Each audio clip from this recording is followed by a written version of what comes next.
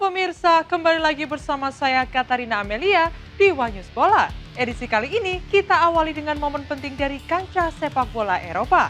Paris Saint-Germain berhasil mengukir sejarah dengan merebut gelar Liga Champions pertama mereka. Namun sayangnya sukacita itu harus tercoreng kenyataan pahit. UEFA selaku otoritas tertinggi sepak bola Eropa menjatuhkan denda 2,8 miliar rupiah kepada PSG.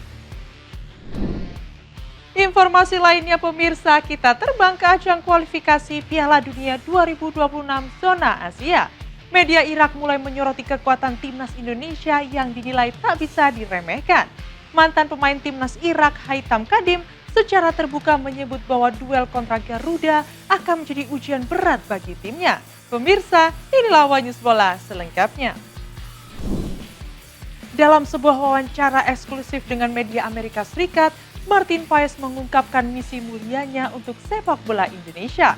Tak hanya ingin membawa Garuda lolos ke Piala Dunia 2026, kiper berusia 26 tahun itu juga bertekad untuk meninggalkan warisan berharga dan menginspirasi generasi muda tanah air.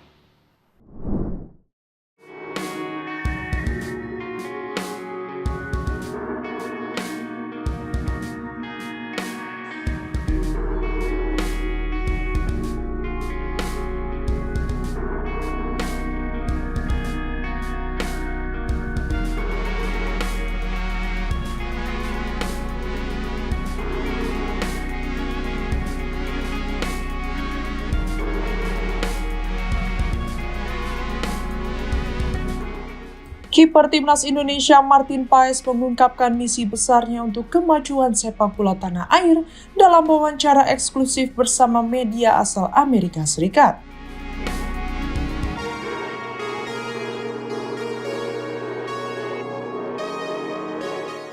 Dalam kesempatan tersebut, penjaga gawang FC Dallas itu mengaku memiliki tekad kuat untuk meninggalkan warisan berharga bagi generasi muda Indonesia.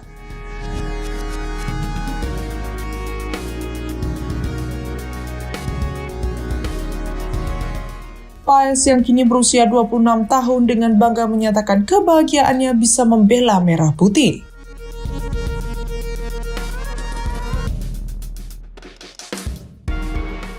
Ia menegaskan bahwa keputusannya membela timnas Indonesia bukan semata untuk karir, melainkan sebagai bagian dari perjalanan hidupnya yang lebih besar.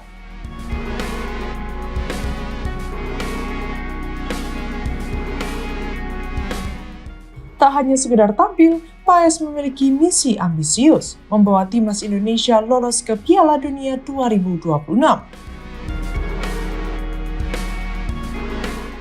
Ia ingin menjadi bagian dari sejarah besar itu dan menjadikannya inspirasi bagi talenta muda di seluruh penjuru negeri.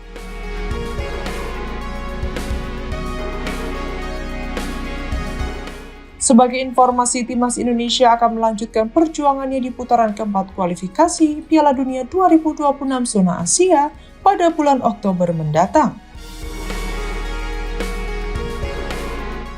Di babak ini, skuad Garuda tergabung di grup B bersama dua kekuatan besar Asia Barat yaitu Arab Saudi dan Irak.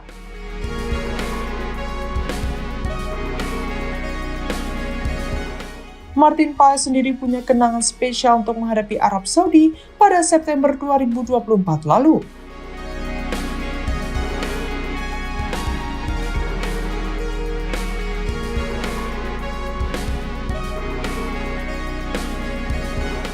Dengan pengalaman internasional yang ia miliki di level klub maupun timnas, sang kiper kini berharap bisa membawa dampak positif baik di dalam lapangan maupun dalam membangun fondasi mental dan semangat generasi masa depan sepak bola Indonesia.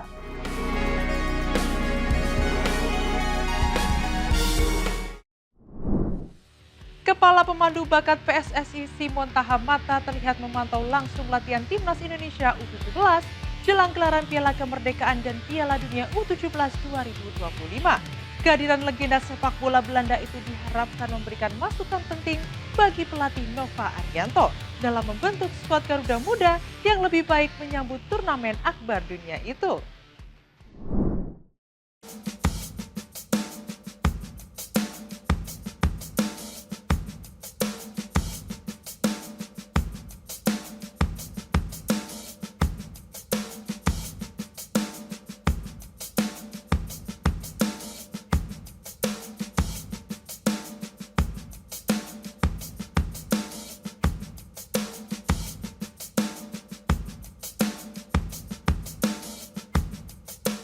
Kepala Pemandu Bakat PSSI Shimon Tahamata turut hadir dalam sesi latihan Timnas Indonesia U17 yang digelar di Bali United Training Center, Gianyar, Bali.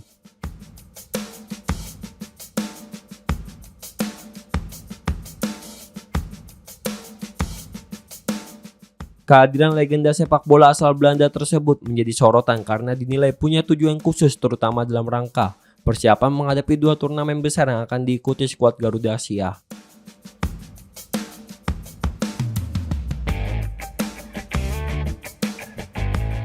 Sesi latihan yang dipimpin oleh pelatih Nova Arianto ini bukan hanya menjadi ajang pematangan strategi dan evaluasi teknis bagi para pemain muda, tetapi juga menjadi kesempatan penting untuk mendapat masukan langsung dari sosok berpengalaman seperti Shimon Tahamata.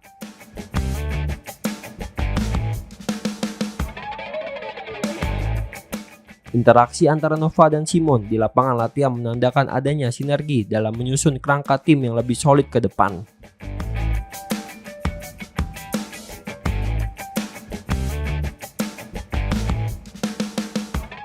Sebagai informasi, Timnas U17 akan ambil bagian dalam ajang Piala Kemerdekaan 2025 yang dijadwalkan berlangsung pada 10 hingga 18 Agustus mendatang.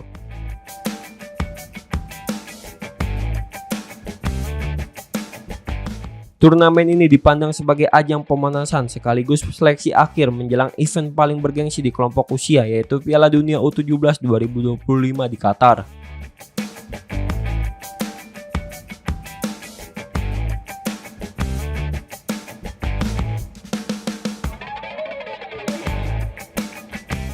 Di Piala Dunia U17 nanti, Garuda Muda tergabung di grup H bersama tim-tim kuat seperti Brazil, Zambia, dan Honduras.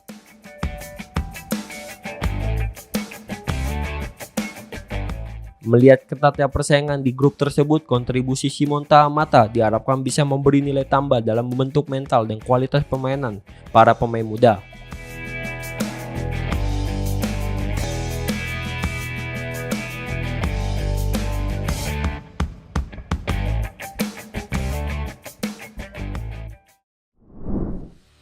PSM Makassar resmi meminjamkan Sultan Zaki ke klub Kamboja, Moi Kompong Dewa FC. Bek 19 tahun ini merupakan mantan anak didik pelatih Sintayong saat memperkuat Timnas Indonesia U20. Dengan minimnya menit bermain di Liga Indonesia, Zaki diharapkan bisa mendapat jam terbang lebih banyak di luar negeri.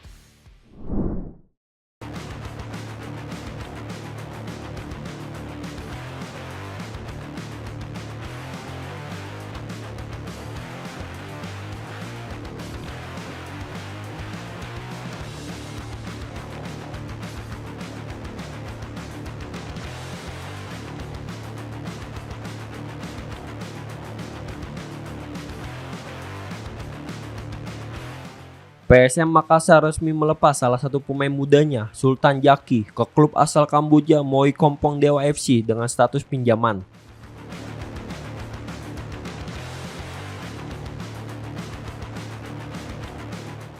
Kepastian tersebut diumumkan langsung melalui akun Instagram resmi klub pada Sabtu 2 Agustus 2025.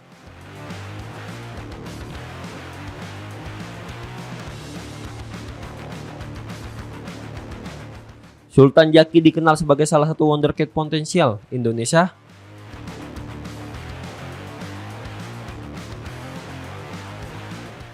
Pemain berusia 19 tahun itu bahkan pernah mendapat kepercayaan dari Sintayong saat memperkuat Timnas U20 Indonesia.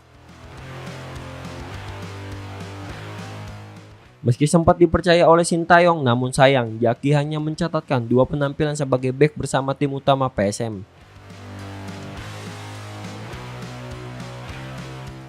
Minimnya kesempatan bermain menjadi salah satu alasan manajemen meminjamkan ke luar negeri agar mendapatkan pengalaman lebih.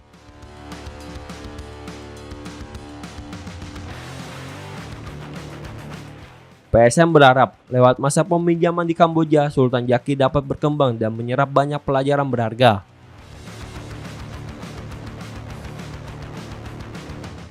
Apalagi klub barunya Kompong Dewa FC tengah berjuang untuk bangkit setelah musim lalu finish di dasar klasemen Liga Kamboja 2024 hingga 2025 dengan hanya mengoleksi 8 poin dari 28 pertandingan.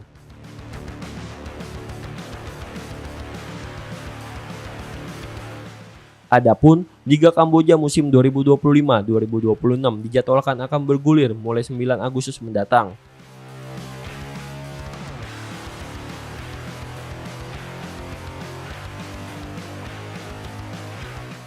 Publik sepak bola tanah air tentu menantikan kiprah Sultan Jaki di luar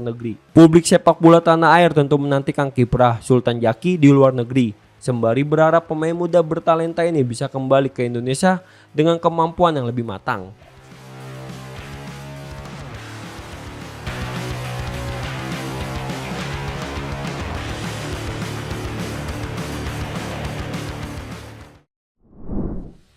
Emil Audero menarik perhatian publik Italia setelah tampil gemilang dalam debut starternya bersama Cremonese.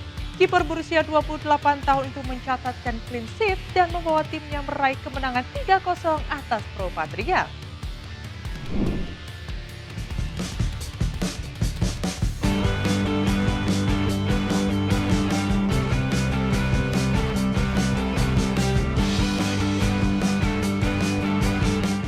Emil Audero, kiper timnas Indonesia, tampil memukau dalam debutnya sebagai starter bersama Cremonese. Dalam laga melawan Pro Patria, Audero sukses menjaga gawangnya tetap steril dari kebobolan, membantu Cremonese meraih kemenangan meyakinkan 3-0. 2 gol dicetak oleh Federico Bonazzoli, sementara 1 gol lainnya disumbangkan oleh Federico Baschirotto di babak pertama.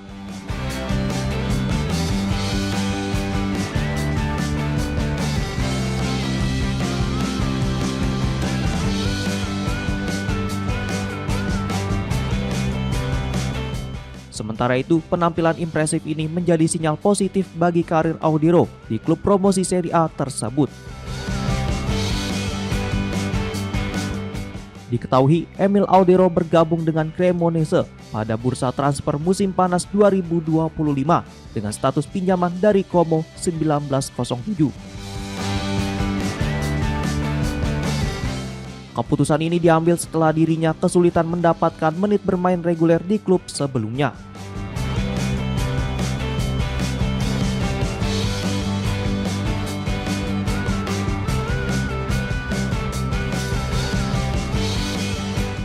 Cremonese pun mengumumkan kedatangannya secara resmi melalui situs klub, disertai opsi pembelian permanen di akhir masa peminjaman. Transfer ini membuka lembaran baru bagi Audero yang kini memiliki peluang lebih besar untuk tampil reguler dan membuktikan kualitasnya sebagai salah satu kiper terbaik.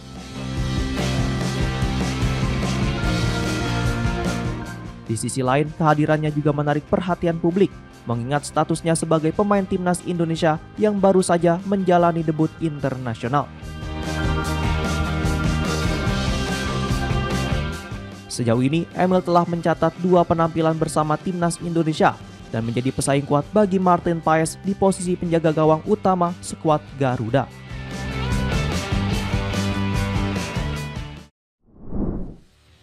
Jelang babak keempat kualifikasi Piala Dunia 2026, media Irak mulai menyoroti kekuatan timnas Indonesia yang dinilai tak bisa diremehkan. Mantan pemain timnas Irak Haitham Kadim menyebut laga melawan Garuda akan menjadi uji coba berat bagi timnya. Pengakuan ini sekaligus menunjukkan bahwa Indonesia semakin diperhitungkan di peta sepak bola Asia.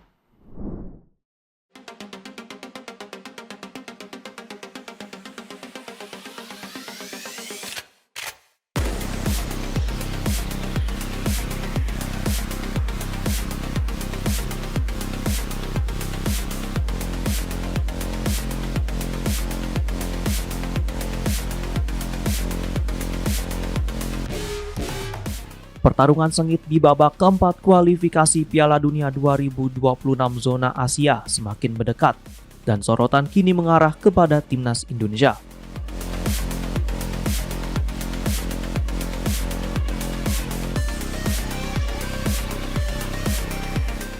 Media Irak dalam laporannya menyoroti kekuatan skuad Garuda yang kini diasuh oleh Patrick Kluivert, menyebut bahwa Irak dan Arab Saudi tak bisa memandang remeh Indonesia.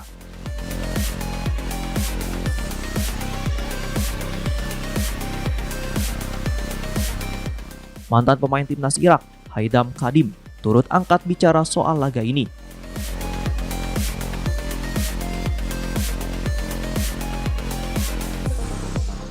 Dirinya menilai pertandingan nanti akan menjadi ujian berat bagi timnya.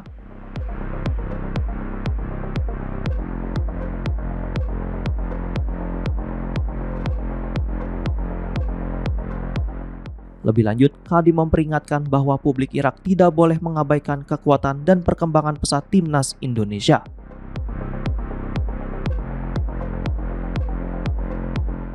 Menurutnya, Indonesia memiliki karakteristik permainan yang tidak dimiliki Irak. Salah satunya adalah mental bertanding yang sangat kuat.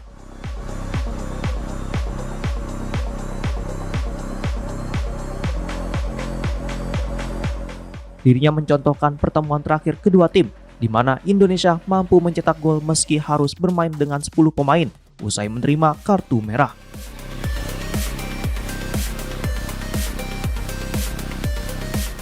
Dengan persaingan intens dari kedua kubu, laga yang akan digelar di Jeddah pada Oktober mendatang diprediksi berlangsung ketat dan penuh gengsi.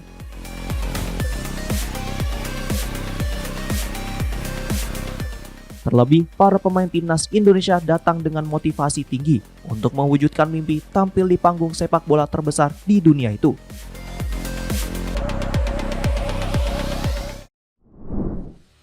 Meski berhasil meraih gelar Liga Champions pertama mereka, Paris Saint-Germain harus menerima sanksi dari UEFA. Badan tertinggi sepak bola Eropa itu menjatuhkan denda hampir 2,8 miliar rupiah kepada PSG akibat ulah supporter saat final melawan Inter Milan.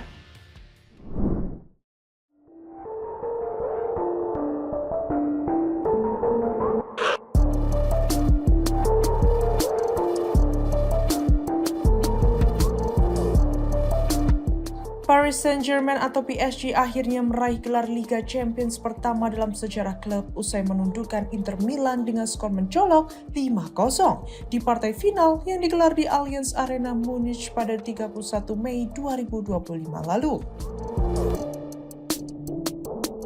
Namun di balik euforia dan kebanggaan atas prestasi tersebut, muncul kabar tak sedap yang mencoreng pesta kemenangan mereka. UEFA selaku otoritas tertinggi sepak bola Eropa resmi menjatuhkan sanksi denda hampir 150.000 euro atau sekitar 2,8 miliar rupiah kepada PSG. Hukuman tersebut dijatuhkan menyusul serangkaian pelanggaran yang dilakukan oleh para pendukung Les Parisiens selama pertandingan final berlangsung. Dalam pernyataan resminya, UEFA menilai PSG bertanggung jawab atas 6 pelanggaran berbeda yang dilakukan fans mereka. Salah satu pelanggaran paling menonjol adalah pengibaran spanduk bertuliskan UEFA Mafia di tribun penonton, sebuah tindakan yang dinilai mencemarkan nama baik organisasi dan tidak pantas ditampilkan dalam ajang bergengsi seperti Liga Champions. UEFA menyebut insiden tersebut sebagai pelanggaran terhadap etika olahraga dan integritas turnamen.